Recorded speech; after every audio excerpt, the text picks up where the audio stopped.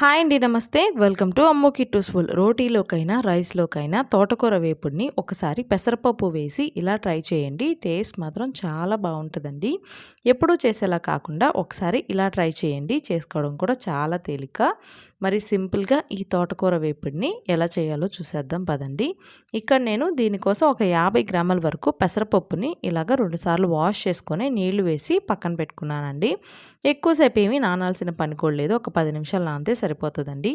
ఇక్కడ నేను ఒక 4 కట్టలని తోటకూరని ఇలాగ కట్ చేసుకొని శుభ్రంగా వాష్ చేసుకొని స్ట్రెయిన్ చేసి పక్కన పెట్టుకున్నాను.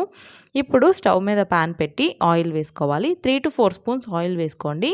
ఆయిల్ హీట్ అయిన తర్వాత తాలింపు దినుసులు, అలాగే ఒక 10 వెల్లుల్లి రెబ్బల్ని ఇలాగ పైన పొట్టు వలిచి వేసుకోండి. అలాగే 3 ఎండుమిరపకాయలు, కరివేపాకు వేసుకోండి. ఇవన్నీ కూడా బాగా వేగిన తర్వాత కట్ చేసి పెట్టుకున్న 2 పెద్ద ఉల్లిపాయలని, 3 పచ్చిమిరపకాయలను వేసి ఇదంతా సాఫ్ట్ అయిన తర్వాత మనం ముందుగా శుభ్రం చేసుకున్న ఈ ఆకుకూరని వేసుకోవాలండి. ఈ తోటకూరని వేసుకొని ఇదంతా కూడా ఇలా ఒకసారి కలుపుకొని పెసరపప్పుని వేసుకోవాలండి. నానిన తర్వాత ఒక 10 నిమిషాలు చూసారా చక్కగా ఉంటుంది ఇలాగ నానితే. వేసిన తర్వాత కొంచెం పసుపు వేసి మూత పెట్టి ఈ తోటకూరలో నుంచి వాటర్ అంతా పైకి తేలే వరకు బాగా మగ్గించుకోండి మీడియం ఫ్లేమ్లో. ఇలా మగ్గిన తర్వాత ఒకసారి ఇదంతా కలుపుకోవాలండి.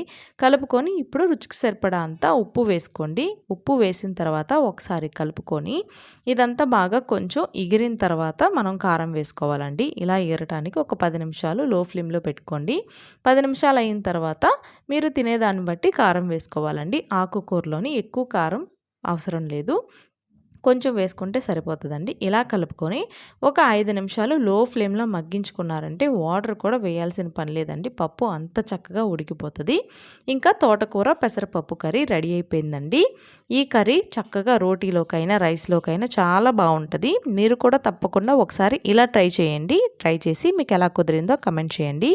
ఈ వీడియో నచ్చినట్లయితే లైక్, షేర్ చేసి ఛానల్ని సబ్స్క్రైబ్ చేసుకోండి.